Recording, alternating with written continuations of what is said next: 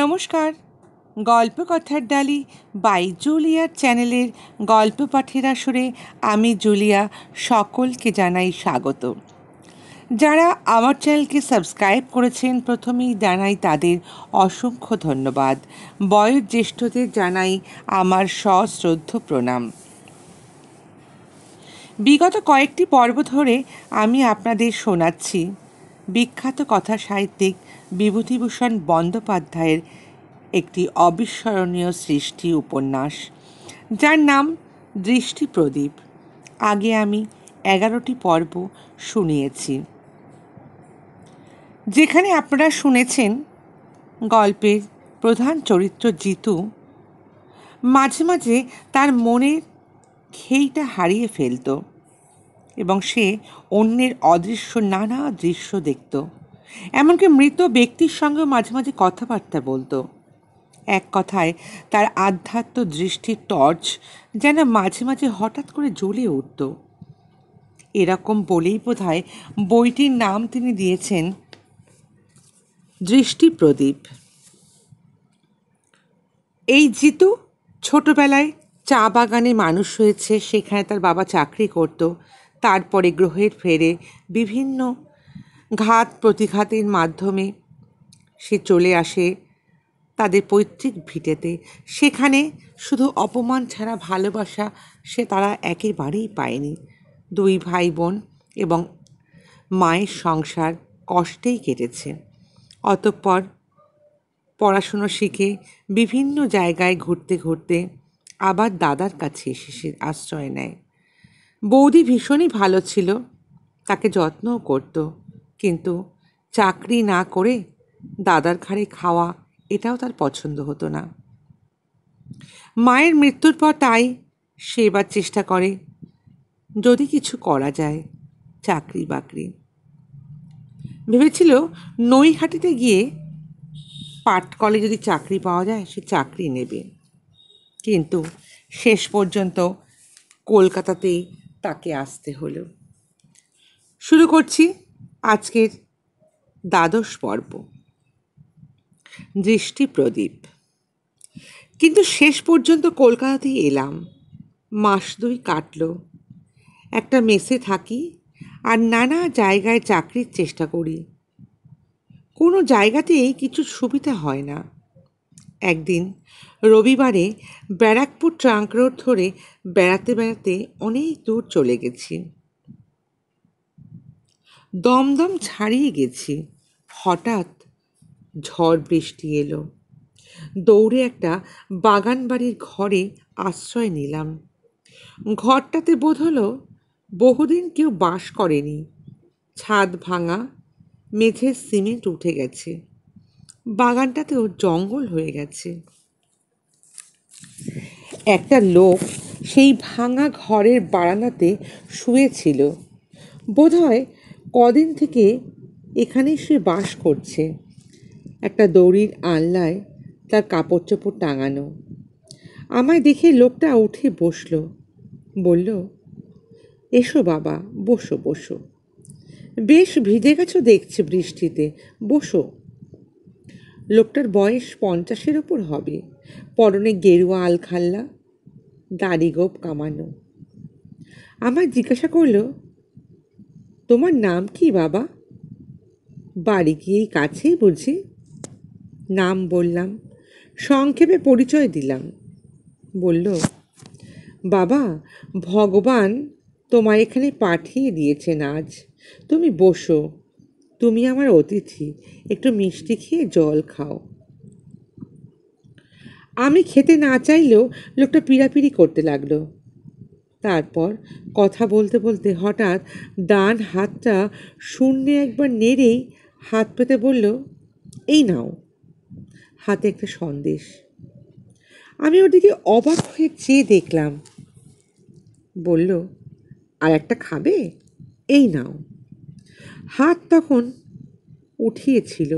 যখন হাতটা ওঠালো আমি তখন ভালো করে চেয়েছিলাম তার হাতে কিছু আছে কি না, কিন্তু না, তখন তার হাতে কিচ্ছু ছিল না। শূন্যে হাতখানা বার দুই নেড়ে আমার সামনে যখন পাতলো তখন তার হাতে দেখলাম আবার একটা সন্দেশ। অদ্ভুত ক্ষমতা তো লোকটার। আমার অত্যন্ত কৌতূহল হলো। বৃষ্টি থেমে গেছিল, কিন্তু আমি আর নড়লাম না সেখান থেকে। লোকটা অনেক গল্প করলো। বলল, আমি গুরুর দর্শন পাই কাশিতে। সে অনেক কথা বাবা। তোমার কাছে বলতে কি, আমি বাঘও হতে পারি, আবার কুমিরও হতে পারি জানো। মন্ত্র পড়া, জল পড়া রেখে দেব, তারপর আমার গায়ে ছিটিয়ে দিলে বাঘ কিংবা কুমির আমি হয়ে যাব। আর একটা পাত্রে জল থাকবে, সেই জলটা আমাকে ছিটিয়ে দিলে আমি আবার মানুষ হয়ে যাব। সাতক্ষীরাতে করে দেখিয়েওছিলাম। হাকিম, উকিল, মোক্তার সব উপস্থিত সেখানে। গিয়ে জিজ্ঞাসা করে আসতে পারো আমি সত্যি বলছি কি না। আমার নাম চৌধুরী ঠাকুর। গিয়ে নাম করো। আমি অবাক হয়ে চৌধুরী ঠাকুরের কথা শুনছিলাম। এসব কথা আমার অবিশ্বাস হতো যদি না এইমাত্র ওকে খালি হাতে সন্দেশ না আনতে দেখতাম। জিজ্ঞাসা করলাম, আপনি এখন কি কলকাতায় যাচ্ছেন? না বাবা, মুর্শিদাবাদ জেলার একটা গাঁয়ে একটা চাঁড়ালের মেয়ে আছে। তার অদ্ভুত সব ক্ষমতা। খাগড়াঘাট থেকে প্রস্তুই তফাতে। তার সঙ্গে দেখা করব বলে আমি একটু বেরিয়েছি। আমি চাকরি বাকরি খুঁজে নেওয়ার কথা প্রায় ভুলেই গেলাম। বললাম, আমায় নিয়ে যাবেন? অবশ্য যদি আপনার কোনো অসুবিধা না হয়। চৌধুরী ঠাকুর সহজে রাজি হলো না। তাকে রাজি করাতে আমাকে বেশ কষ্ট করতে হয়েছিল। অতি কষ্টে তার মত করিয়েছিলাম। তারপর মেসে ফিরে জিনিসপত্র নিয়ে এলাম। চৌধুরী ঠাকুর বললেন, এক কাজ করা যাক। এসো বাবা, আমার হাতে রেল ভাড়ার টাকা নেই। এসো আমরা হাঁটা শুরু করি। আমি বললাম, তা কেন? আমার কাছে টাকা আছে, দুজনের রেল ভাড়া হয়ে যাবে। চাঁড়াল মেয়েটির কি ক্ষমতা আছে দেখবার আগ্রহে আমি অধীর হয়ে উঠেছি। খাগড়াঘাট স্টেশনে পৌঁছতে বেলা হয়ে গেল। স্টেশন থেকে 1 মাইল দূরে একটা ছোট্ট মুদির দোকান। সেখানে যখন পৌঁছেছি তখন সন্ধ্যা উত্তীর্ণ হয়ে গেছে প্রায়। দোকানের সামনে বটতলায় আমি আশ্রয় নিলাম। রাত্রে শোবার সময় চৌধুরী ঠাকুর বললেন, আমার এই 2 টাকা রেখে দাওগে যাও তোমার কাছে। আজকাল আবার হয়েছে কি জানো, বড় চোর ছেঁচড়ের উৎপাত চারিদিকে। তোমার নিজের টাকা সাবধানে রেখেছো তো? চৌধুরী ঠাকুর ভয় পেয়েছে দেখে আমার কৌতূহল হলো।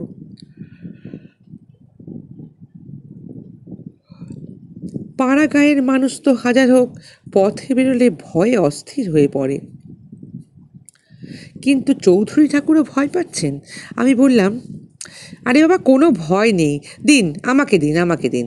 এই দেখুন, ঘড়ির পকেটে আমার টাকা রেখেছি, বাইরে থেকে বোঝাও যাবে না। এখানে রাখা না সবচেয়ে সেফ। সকালে একটু বেলায় ঘুম ভাঙল। উঠে দেখি চৌধুরী ঠাকুর নেই। ঘড়ির পকেটে হাত দিয়ে দেখি আমার টাকাও নেই। চৌধুরী ঠাকুরের গচ্ছিত 2 টাকাও নেই। নিচের পকেটে যে সমস্ত কিছু খুচরো পয়সা ছিল আমার সেগুলোও নেই। মানুষকে বিশ্বাস করাও দেখছি ভীষণ মুশকিল। ঘণ্টাখানেক কাটল। আমি সেই বটতলাতেই বসে আছি। হাতে নেই একটাও টাকা পয়সা। আচ্ছা, বিপদে পড়া গেল তো। লোকটা আমাকে কি বিপদেই না ফেলে চলে গেল। মুদিটা আমার অবস্থা দেখে শুনে বলল, আমি চাল দিচ্ছি, আপনি একটু রেঁধে খান বাবু। ভদ্রলোকের ছেলে এমন জুয়াচোরের পাল্লায় পড়লেন কি করে বলুন তো? দামের জন্য ভাববেন না, কিন্তু আপনার তো অসুবিধা হবে। মানুষ দেখলে চিনতে দেরি হয় না। আপনি যা দরকার নিন এখান থেকে, ভাগ্যিস আপনার সুটকেসটা নিয়ে যায়নি। দুপুরের পরে সেখান থেকে রওনা হয়ে পশ্চিম মুখ চললাম। আমার সুটকেসে একটা ভালো টর্চ লাইট ছিল। মুদিকে ওর চাল ডালের বদলে সেটা দিতে গেলাম, ও কিছুতেই নিল না। পথে হাঁটি, একেবারে নিঃসম্বল অবস্থা। সন্ধ্যার কিছু আগে একটা বড় পাকুড় গাছের তলায় পথের ধারে জনা কয়েক লোক দেখে সেখানে গেলাম। 4 জন পুরুষ মানুষ ও একটা 30-32 বছরের স্ত্রীলোক। তারা গাছতলায় উনুন জেলে রাঁধবার উদ্যোগ করছে। একজন বলল, কনে থেকে আসছেন বাবু? খাগড়াঘাট থেকে। আমি বললাম, হ্যাঁ, খাগড়াঘাট থেকে। তোমরা কোত্থেকে আসছো? আমরা আসতেছি তো বাবু বড় দূর থেকে, যাব সেই কেঁদুলির মেলায়। একজন তামাক সেরে দিয়ে আমাকে বলল, তামাক ইচ্ছে হয় কি বাবু? তাহলে সেবন করুন, একটু জুড়ুন না। এই বাবুকে কিছু দে না বসবার জায়গা। না না, আমি তামাক খাই না, তোমরা খাও। তোমরা দেশ থেকে বেরিয়েছ কতদিন? জুরন বৈরাগী এগিয়ে এসে সঙ্গীর হাত থেকে হোঁকোটা নিয়ে বলল, বাবু বড় কষ্ট, আর আমি পাচ্ছি নে। পূর্ণিমেতে বাড়ি থেকে বার হয়েছি, রাস্তায় কি অনাবৃষ্টি, 3 দিন ধরে, আর থামে না থামে না। জিনিসপত্র ভিজে একসা। প্রায় 50-60 ক্রোশ এখান থেকে নওদা, চেনেন? নওদার সন্নিকট আমাদের বাড়ি, হাতিবাঁধা গ্রাম, সেইখান থেকে আমরা আসছি। গল্প গুজবে আধ ঘন্টা কেটে গেল। জুরন বলল, দাদা ঠাকুরের খাওয়া দাওয়া কি হবে আজ? এক কাজ করুন দাদা ঠাকুর, আমাদের সঙ্গে সবই আছে, একটু রসই করুন, আমরা পেট সাত পাই আর কি। ব্রাহ্মণের পাতের অন্ন কতকাল খাইনি। ও কাপাসির মা, পুকুর থেকে একটু জলটা নিয়ে এসো না, আর রাত করো না। আমি বিশেষ কোনো আপত্তি করলাম না। এদের সঙ্গে আমার বেশ ভালো লাগলো ওই রাত্রে। তাছাড়া যাবই বা কোথায়? রান্না চড়িয়ে দিলাম। কাপাসির মা আলু বেগুন ছাড়াতে বসল। ওদের মধ্যে একজনের নাম বাবুরাম, সে পুকুরে চাল ধুতে গেল। জুরন শুকনো কাঠগুলো কুড়িয়ে আনতে গেল। পথের ধারে এই দরিদ্র সরল মানুষগুলোর সঙ্গে গাছতলায় রাত্রি যাপন করলাম। জীবনের এক নতুন অভিজ্ঞতা। রাতটাও বেশ কীরকম যেন সুন্দর জ্যোৎস্না উঠেছে দেখলাম। নির্জন মাঠে জ্যোৎস্নায় অনেক দূর দেখা যায়। সেই জ্যোৎস্না রাতে আমার কেবল মনে হয়, আমি আর যেসব দেখি এখন কেন দেখতে পাই না আগের সেই জিনিসগুলো। কতদিন তো দেখি না। যখন চিনতে শিখিনি তখন রোগ ভেবে যাকে ভয় করেছি কত, এখন তা হারিয়ে বুঝেছি সেটা কি অমূল্য সম্পদ ছিল আমার জীবনে। বোধহয় মাঠের ধারে এই সবুজ দুর্ব ঘাসের শয্যায় শুয়ে চোখ বুজে ভাবলে আবার দৃষ্টিশক্তি ফিরে পাই। এইসব বিজন মাঠের শেষ প্রহরে জ্যোৎস্না ভরা রাত্রে মুখ উঁচু করে চেয়ে থাকলে অনন্ত পথের যাত্রীদের দেখা যায়। অপুর আকাশের জ্যোৎস্না মাখা বায়ুস্তর তাদের গমন পথে দেহগন্ধে সুরভিত করে। আমার দয়ালু আত্মা যে চোখের জল ফেলে, নদী সমুদ্র ঝিনুকের মধ্যে পড়লে তা মুক্ত হয়। বিল বাওরের পদ্ম ফুলে পড়লে পদ্মমধুর সৃষ্টি হয়। আমার নিভে যাওয়া দৃষ্টি প্রদীপে আলো জেলে দিতে যদি কেউ পারে তো বোধহয় এরাই পারবে। সীতার কথা হঠাৎ মনে হয়, আচ্ছা এই রাত্রে কতক্ষণ সে কি করছে এখন? যে জীবনের মধ্যে সে আছে সে জীবনের জন্য সে তৈরি হয়নি। হয়তো রান্নাঘরে বসে এতক্ষণে এই রকমই সে রাঁধছে। ও অত বই পড়তে ভালোবাসে, হয়তো ওদের ঘরে একখানা বইও নেই। বই পড়া হয়তো সেখানে ঘোর অপরাধ। যেমন ছিল জ্যাঠাইমার ঘরে। জীবনের যে কোনো আনন্দ ভরা অভিজ্ঞতার সময় সীতার ব্যর্থ জীবনের কথা আমার মনে এসে পড়ে। সবাই মিলে খেতে বসতাম আগেও, মনে পড়ল এখানেও সবাই মিলে আবার খেতে বসলাম। রান্না হলো বড়ির ঝোল, আলু ভাতে, পটল ভাজা। কাপাসির মা অবশ্যই দেখিয়ে দিল কাল ঠিক এই সময় খাগড়াঘাটের পথে বটতলার চৌধুরী ঠাকুর ভজন গাইছে। কি খারাপ লোকটা, টাকার দরকার ছিল, আমাকে বললে তো আমি দিতামই। চুরি করে কি হলো? জুরন বৈরাগী খাওয়া দাওয়ার পরে গল্প করতে লাগলো। বললে, শুনুন দাদা ঠাকুর, এই যে কাপাসির মা দেখছেন, এর বাবা অনেক টাকা জমিয়ে মারা গেছিল। খেত না, শুধু টাকা জমাতো। মরবার সময় ভাইকে বলল, অমুক জায়গায় মালসায় টাকা পোতা আছে, নিয়ে এসে আমায় দেখা। তা সেই পানচালার কোণে ভাঙা উনুনের মধ্যে মালসা পোতা ছিল, কেউ জানতো না। মরবার সময় সেই টাকার মালসা সামনে নিয়ে খোলা হলো। টাকা দেখতে দেখতে না সে মরে গেল। সে টাকা কে পেল তারপর? তারপর বুড়ো তো গেল মরে। তার ভাই রটালো মালসা শুদ্ধ টাকা সেই রাতেই নাকি গোলমালে চুরি হয়ে গেছে। এমনকি টাকার অভাবে বুড়োর ছেঁড়াদ্দটা অবধি হলো না। পেটের ওপর বাণিজ্য করে টাকা জমিয়ে গেল। নিজের ভোগে তো লাগলোই না। একটা মাত্র মেয়ে এই কাপাসির মা, তার ভোগও হলো না।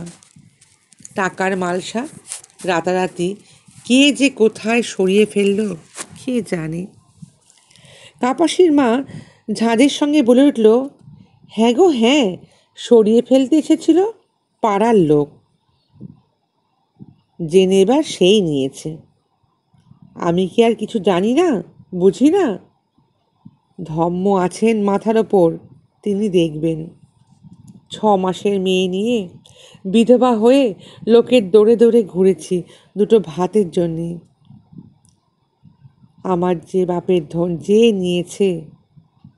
বাবুরাম বলল, আর সাপসুপটি করতে হবে নি বাপু, তোমার অদেষ্টে থাকতো তুমি বিয়েতে। বাদ দাও সব কথা, উনুনে আগুন আছে কি না দেখো তো, আর একবার কলকেটা দাও ধরাই। ওদের মধ্যে আরেকজন বলল, ও জুরন খুড়ো, স্বরূপগঞ্জের বাজারে কাল দুপুরের আগে পৌঁছানো যাবে না, তাই না? দুটোর কম হবে না, 6 ক্রোশ পথ, তার আগে খাওয়া দাওয়া করে নেওয়া যাবে। বাবুরাম বলল, এবার কেঁদুলির মেলায় লোক যাচ্ছে কই তেমন জুরন খুড়ো? সে বছর তো দেখেছিলাম অনেক, পথে তো সারাতে দেখতাম লোক হাঁটত। অদ্ভুত লাগছিল এই রাতটা আমার কাছে, এত কথাও মনে এনে দেয়। ঘুম আর আসে না। ভাবছিলাম মানুষ এত অল্পতেও সুখী হয়, আর সুখ জিনিসটা কি অনির্দিষ্ট রহস্যময় ব্যাপার। এই নির্জন রাতে মুক্ত অপরিচিত প্রান্তরের মধ্যে তারাখচিত আকাশের নিচে শুয়ে সবাই সুখের স্বপ্ন দেখছে, কিন্তু একজনের সুখের ধারণার সঙ্গে অন্য আরেকজনের ধারণার ভীষণ পার্থক্য। সকালে ওদের কাছ থেকে বিদায় নিয়ে পশ্চিম মুখে আমি হাঁটি।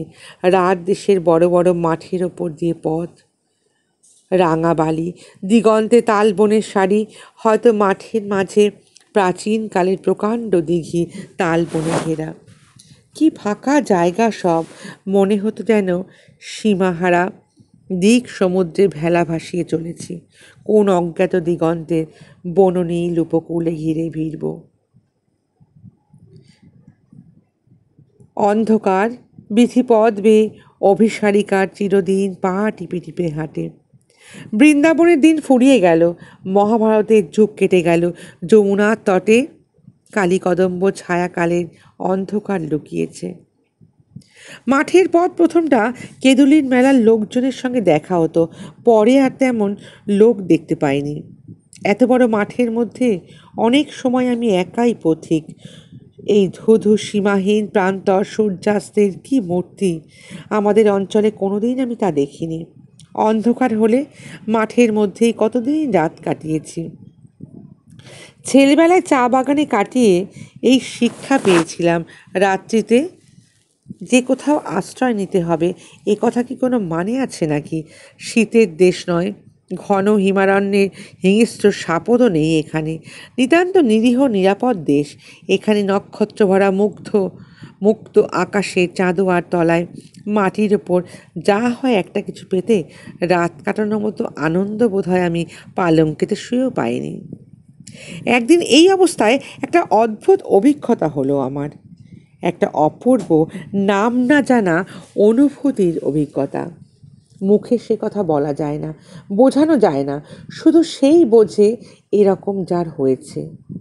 সকালে বামুনহাটি বলে একটা গ্রামে এক গ্রাম্য হাতুড়ে কবিরাজের অতিথি হয়েছিলাম সেদিন। তার স্ত্রী একটা রণচণ্ডী। যতক্ষণ সেখানে ছিলাম তার গাল বিরাম ছিল না, গালগালিজ করতেই ছিল। আমি গিয়ে সবে বসেছি, তিনি দৌড়ের আড়াল থেকে স্বামীর উদ্দেশ্যে আরম্ভ করলেন, ও আলে পেমিন সে, আমার সঙ্গে তোমার এত শত্রুতা না? কিসের বলো দেখি? রান্নাঘরের রোয়াকে চালা তুলতে আমি দেখলাম সে আবার রেগে গেল, বলল, রান্নাঘরের রোয়াকে চালা তুলতে তোমায় কে বলেছে হে? গরমে এক ঘরের মধ্যে টেকা যায় না, উনুন জ্বলছে, যাও বা একটুখানি হাওয়া আসতো। দিল চালাটা তুলে, তা হাওয়া আসবে কোথায়? এই অগ্নিকুণ্ডের মধ্যে তোমার পিণ্ডি রাঁধবো আমি না? খাও সে পিণ্ডিগুলো খেও গেল। স্ত্রী চলে গেলে কবিরাজ মশাই বললেন, আর বলেন কেন মশাই, হাড় ভাজা ভাজা করে দিল।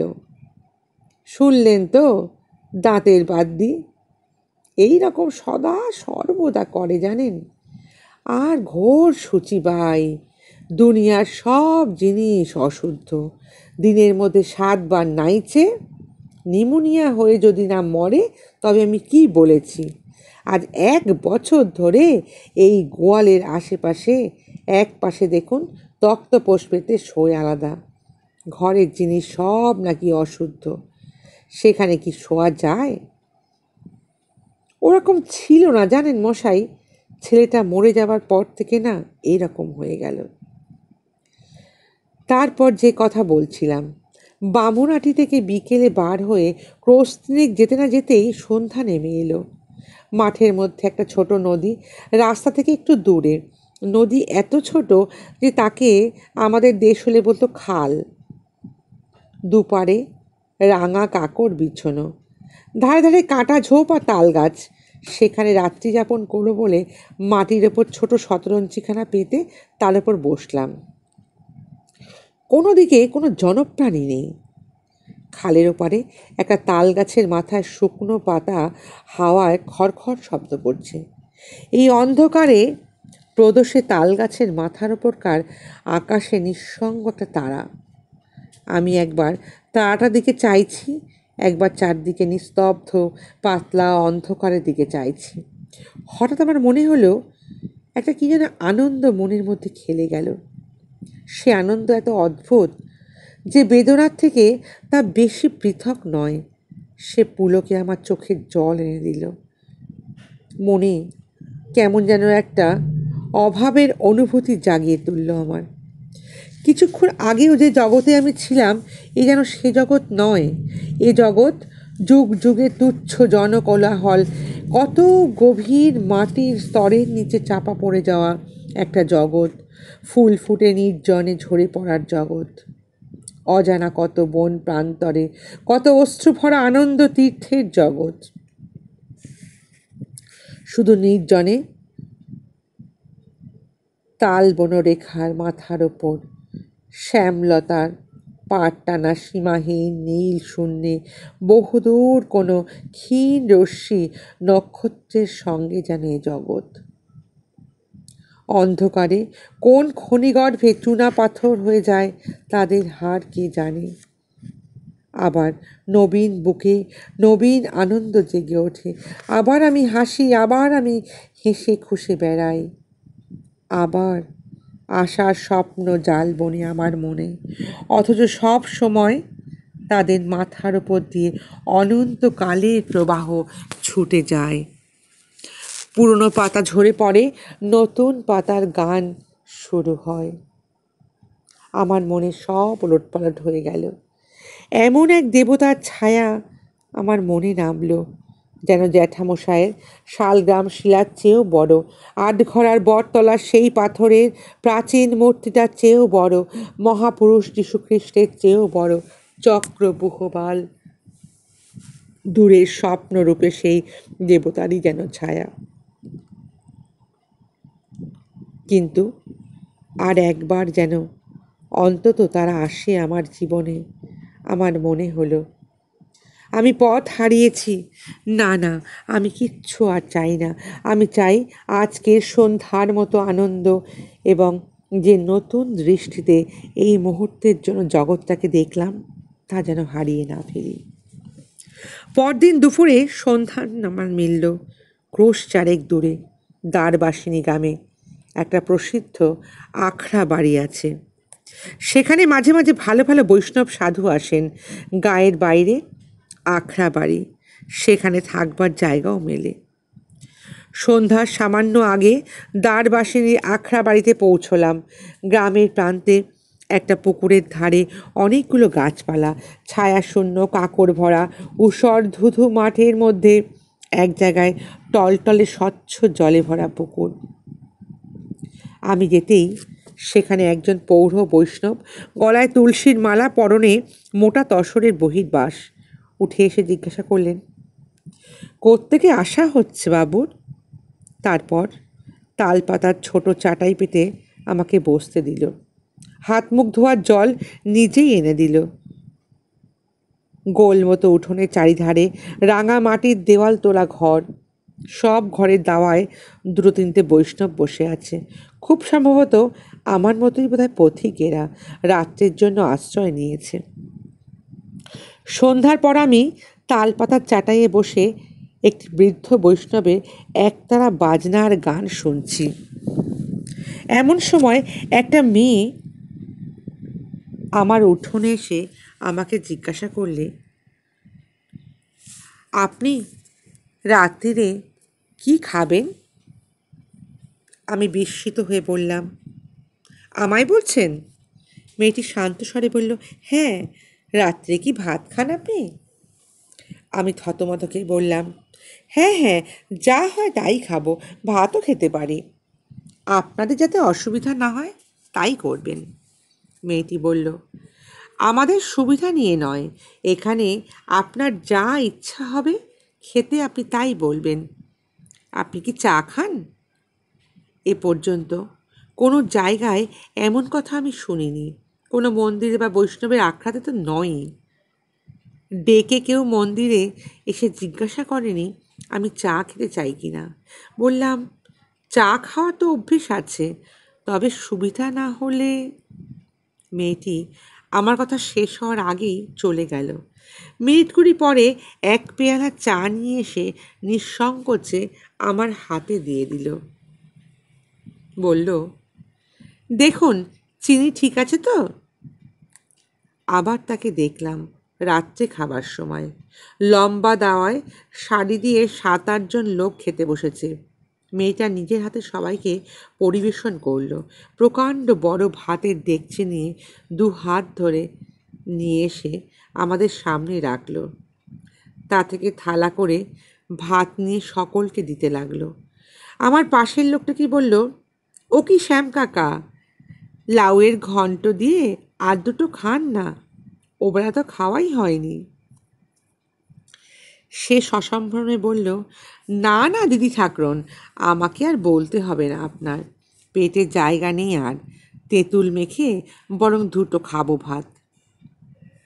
হ্যাঁ হ্যাঁ, কাশছেন তো, তেঁতুল না খেলে চলবে কেন আপনার, একটু দুধ দিচ্ছি খান। তারপর আমার সামনে এসে বলল, আপনার বোধহয় ওবেলা খাওয়াই হয়নি তাই না, আপনাকে একটু দুধ এনে দিই। এতগুলো লোক খেতে বসেছে, দুধ দেয়া হলো মোটে 3 জনকে, কিন্তু সে ব্যক্তিগত প্রয়োজন বিশেষে এবং তার বিচার করছে কিন্তু এই মেয়েটি।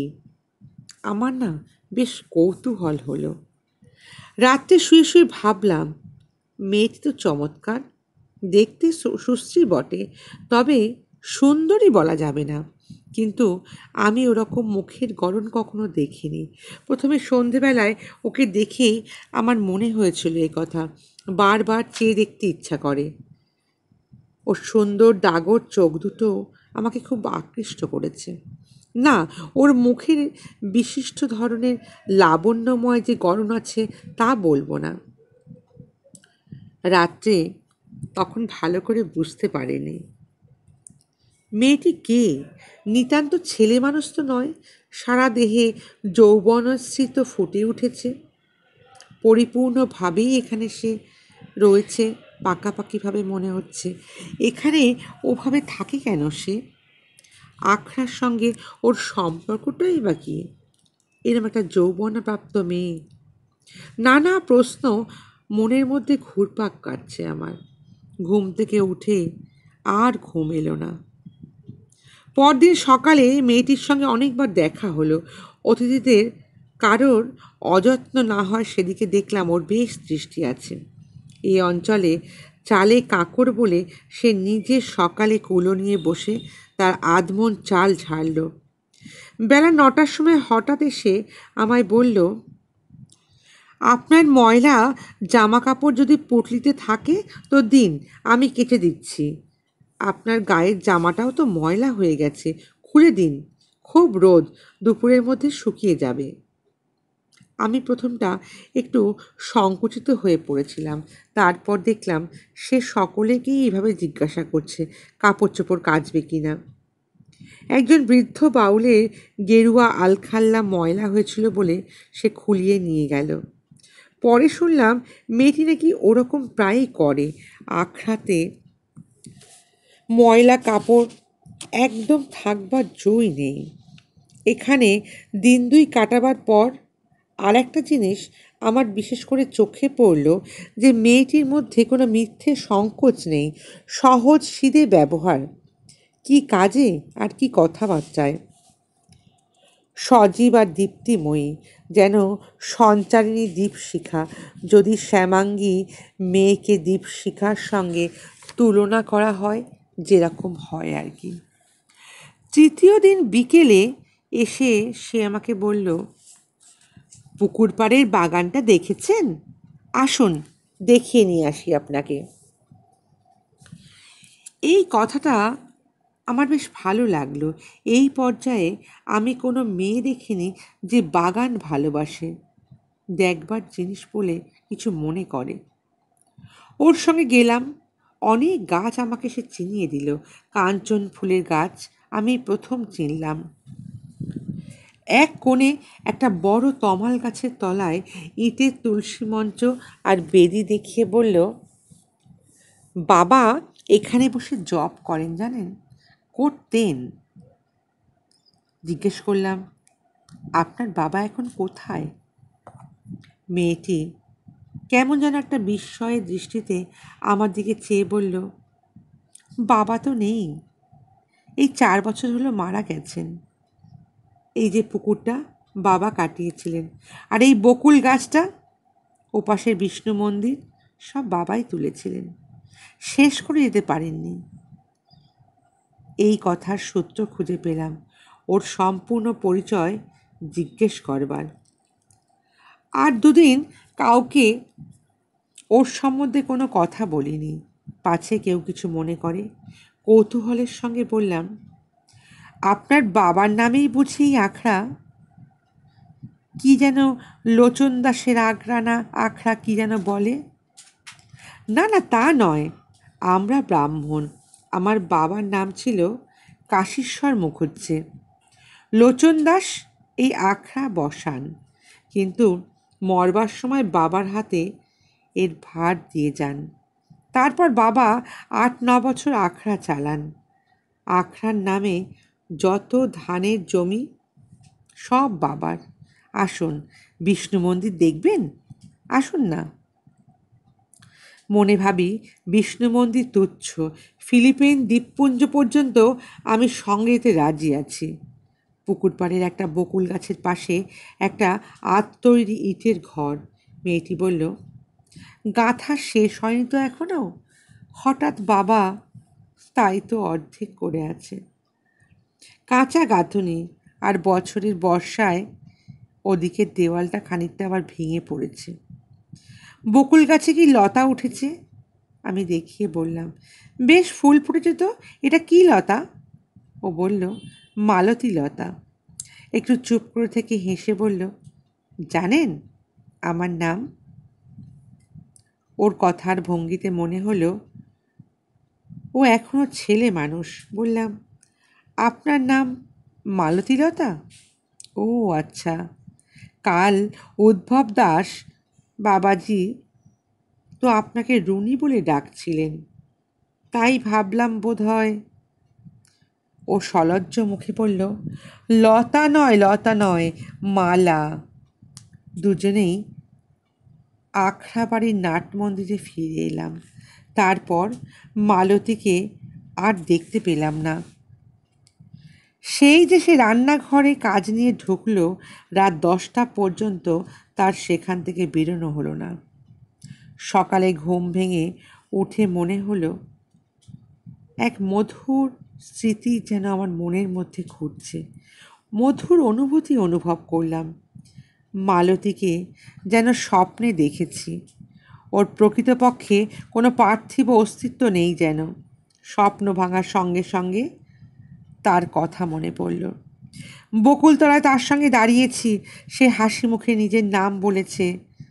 তার চোখ মুখে সেই সচেতন নারীত্বের সলজ্জতা, অথচ বালিকার কৌতুকপ্রিয়তা। তার সারা দেহে সুঠাম লাবণ্য, এসব যেন অবাস্তব স্বপ্ন জগৎ থেকে সংগ্রহ করা স্মৃতি। কিন্তু মনে সে বেদনা অনুভব করলাম না। যা আসে এই কথা ভেবে যে স্বপ্নে এসেছিল সে কি মিথ্যে মায়া? ও আর পাবো না। ও ছায়ালোকের রচা স্বর্গ, ওর চন্দ্রালোকিত নির্জন পর্বত শিখরের মিথ্যে, আর দিব্যাঙ্গনাও মিথ্যে। মালতী এইখানেই আছে, কাছাকাছি আছে কোথাও, তাকে একবার দেখতে হবে। মালতী আসবে তো? মালতী আসলে এক রাশ